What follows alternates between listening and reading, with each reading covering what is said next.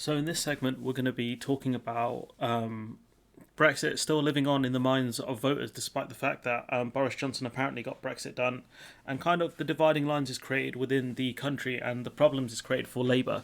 So, yeah, this article is quite old, I'm not going to lie. Sometimes I see an article I want to cover, but for whatever reason, I don't get the chance to cover it at the time I wanted to. So there's that. But we'll get into this article because it's quite interesting. There are some issues with it that I found, especially because it was written very quickly after the election, before all the results have come in. But if we have a look, it's quite interesting. So Brexit is done. Long live Brexit. The long election weekend started badly for Keir Starmer and Labour and got worse from there after the aftershocks of the 2016 referendum decision. So, under Starmer, the party has sought to move on from Brexit. Um, I think that's one of the reasons why Starmer's just not talking about it, is like, and you've got people like Ed Miliband and Andy Burnham saying we have to embrace Brexit and accept it. Labour don't actually have a proper Brexit policy, and that's why they want to kind of avoid it, because Brexit is quite toxic, and Labour don't know how to tackle it properly. That's the problem. So back to the article. This, it seems, is not yet something English voters are willing to do. I do appreciate the fact that they put English voters and not, say, British voters, because it makes a lot of sense when we dig further into the article. In seat after seat in Leave voting parts of England, the Conservatives surged and Labour slumped. Leave voters, it seemed, remained keen to reward the Prime Minister who got Brexit done. So, the ones that, maybe traditionally voted Labour are more happy to vote Conservative, and partially because of Brexit, they're happy that the government got Brexit done, despite the fact that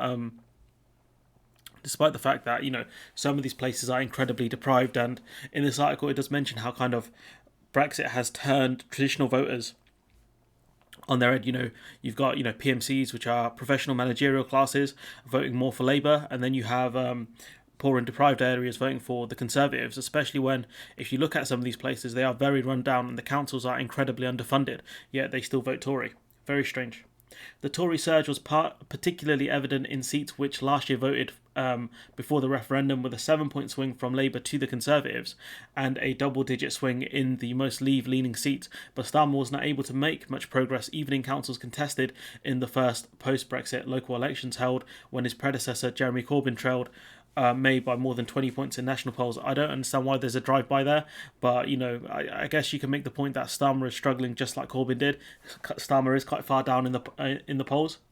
Using the BBC database of 1,156 wards across the country, we can analyse how the parties performed by the social and demographic character of a local area, and that's important because this is how certain people, especially not analysts, but the kind of advisors, look at these things. Things like age, gender, race, occupation, wealth, etc. Social class, to try and figure out how to appeal to certain groups of people. That's why you see things like micro targeting. Traditional class politics patterns are being turned upside down by a realignment around divides by age, education, and most of all Brexit choices. One of the things I want to add, that you do see a lot of sort of retirees moving towards the north of England because it's cheaper up there, and you do see a brain drain where younger people traditionally move out of these kind of northern areas that where there is unemployment, and also a lack of better jobs, manufacturing, service sector jobs. So that's one of the other reasons why Labour is struggling so much. We did see that under the last decade, that these Labour has been hemorrhaging votes in these areas.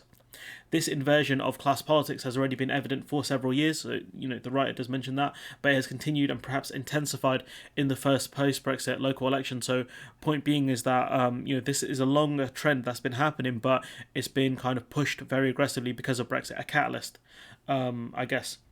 In 2021, as in 2019, Labour's core electorate was graduates, well-off professionals, and Remainers. So that's quite interesting that you've got people who are, more well-educated, managerial classes voting for Labour. You would think that typically, managerial classes wouldn't vote for Labour because they would face an increase in taxes. So it's very interesting. While the old class divides have reversed, the post-Brexit education divide has intensified. There were major swings to the Conservatives in the wards, with the high share of voters with few or no formal qualifications going toward the Conservatives, while there was a modest swing to Labour in the wards with the largest concentrations of university graduates. These might be typically younger people as well, who stay within the city they've graduated in, or the town, because there are jobs in that area. In 2021, as in 2019, Labour's core electorate was graduates, well-off professionals and Remainers. The problem for the party is that these groups are nowhere near sufficient to win general elections as long as the Conservatives remain popular among everyone else. Secured substantially Labour secured substantial victories in the big ethnically diverse and graduate heavy cities of London, Manchester and Bristol and now represent its English stronghold. So, when they talk about metropolitan elite, all that's normally just a load of rubbish. But, Labour is doing better in cities, as it typically does, but it's struggling a lot in rural areas, which is a massive problem because you need that kind of rainbow coalition of different people coming together in order for Labour to win the election. And Labour are struggling to get that. It says here, this was a disappointing weekend for the Lib Dems in England. There was no repeat of the 2019 surge when they rode a wave of Remainer frustration to gain hundreds of council seats. The Lib Dems did well because they kind of caused a lot of problems for the Labour Party. Because a lot of people chose the Lib Dems over Labour in certain seats, and if we had a progressive alliance, then the annihilation would not have been anywhere near as bad, and we could have got rid of some, really annoying Tories like Ian Duncan Smith and Dominic Raab potentially. The Greens, by contrast, had this is where I get kind of frustrated by the writer here talking about, because this writer does put a lot of emphasis on the Brexit divide, but then the Greens are, I think their policies, to rejoin as part of the EU, but this isn't a Leave party per se, so how come the Greens are doing so well and Labour aren't? By contrast, the Greens had a strong performance in England, building on their 2019 advance. The party fielded a record slate of candidates, so that's obviously going to help having more candidates to run, because that's going to help them gain votes in certain places. And they'd gained more than 60 council seats at the time of writing, so I think that's gone up. The party's performance was also overlapped with Labour's, with the strongest Greens showing in areas with most graduates and professionals. So you can see kind of PMC's picking the Green Party as well, which shows that the Labour Party has a massive problem here. Its expanding presence may have stymied Labour, with Greens candidates winning most support from Labour's strongest electoral group. So for some reason, and I don't know why, the Labour Party need to figure out why people are picking the Green Party over them. Because this is a clear problem here. In Wales, they talk about a vaccine boost. That's one of the reasons why Labour have done well, but I don't typically buy that as such. But the fallout from Brexit and the collapse in the Again, this is another important point here, that Mark Drakeford in Wales has managed to capture that 2019 UKIP vote, but that's something Corbyn failed to do in 2019, and also Starmer is failing to do as well. It says, but the fallout from Brexit and the collapse of a large 2016 UKIP vote also played out very differently in the Welsh Senedd than in England's councils. Mark Drakeford's party increased its constituency vote by 5 points on 2016 in Wales, which is very surprising because typically incumbent parties do generally start to do worse at a certain point, especially during a crisis like the pandemic. But, Mark Drakeford's actually done really well in Wales. Mark Drakeford's parties increased its constituency vote share by 5 points on 2016 in Wales, first past the post contestants, and managed to do a little better in places which voted heavily for Leave. So clearly there's a problem here with the premise of this article, which is that, the Conservatives are doing better in Leave places, which, they talk about mainly in England. But why is it that Wales are doing, in Wales, they've managed to capture the UKIP vote? That's the problem that Starmer is going to face. Why is it that Mark Drakeford can get former UKIP voters, but Keir Starmer can't? There's a bit more in this article, and there's another article that kind of, I think, debunks this one a bit.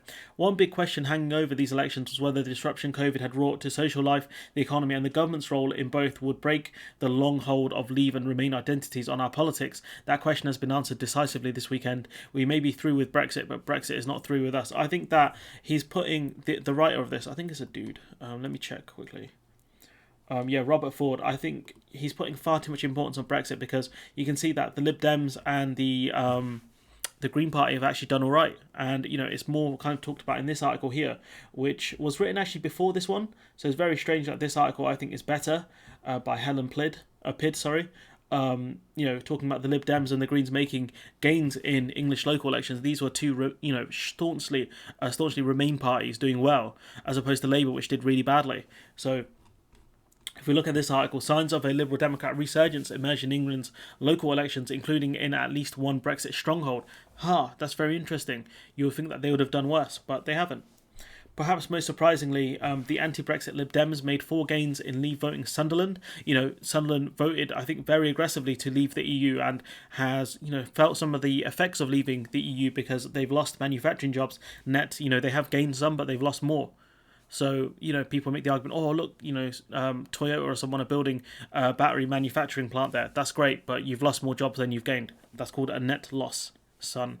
So this is about the Lib Dems. They have 12 seats, putting them in third place after galvanising frustrations with Labour-run council with the slogan "They've done now, kick them out." So obviously, this is nothing to do with Brexit. This is a criticism of the Labour Party. The Labour council that struggled. So the initial arguments the first author was making is not the best. I'm going to be fair and say it's not the best. The party also ran local campaigns to get rid of Sunderland of rats and opposed the downgrading of local eye hospital. So what you can see here is the Lib Dems in Sunderland had policies, and they did well because of that. They wanted to get rid of the rats, oppose the downgrading of the local hospital, and they ran on a slogan of the Labour Party haven't done enough, get rid of them. That's pretty good stuff here. No one likes rats. Everyone wants their hospital to be as great as it can be. And, if you're not doing a good job, then people are going to run on that. And that's what the Lib Dems did, and they did well because of it. The Liberal Democrats used to enjoy strong support in both Stockport and Cambridgeshire until 2015. Two of Stockport's 4 MPs were Lib Dem, and the party controlled the council until 2016. But I'm guessing they collapsed because of the failure of the Lib Dems in government, to be honest. But their fortunes dived after the National Party went to coalition, reneging on a key election pledge not to raise tuition fees. So they have, by the sounds of things, they have come back a bit, but they still have to kind of shed the kind of sins of Nick Clegg and the Lib Dem party of 2010 to 2015. So this is Jonathan Batley's, the Green Party's co-leader, which says that we are winning seats in areas that have traditionally been thought of as Labour and Conservative.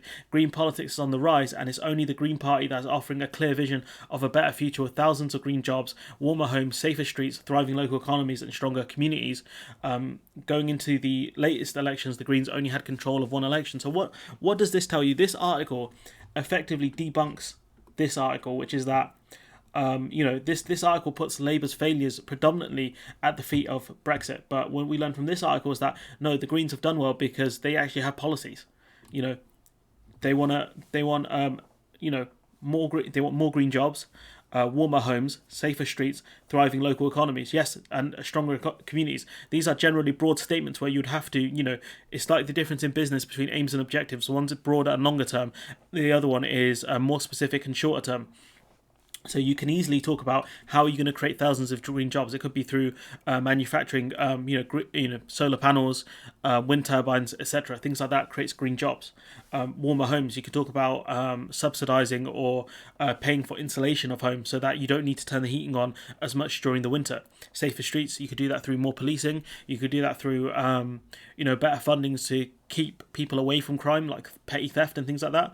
Thriving local economies, that's about investing more in local markets and local councils so they can improve infrastructure, maybe public services, like public transport, like buses and stuff, so more people are likely to go into the town centre rather than buying stuff off eBay and Amazon.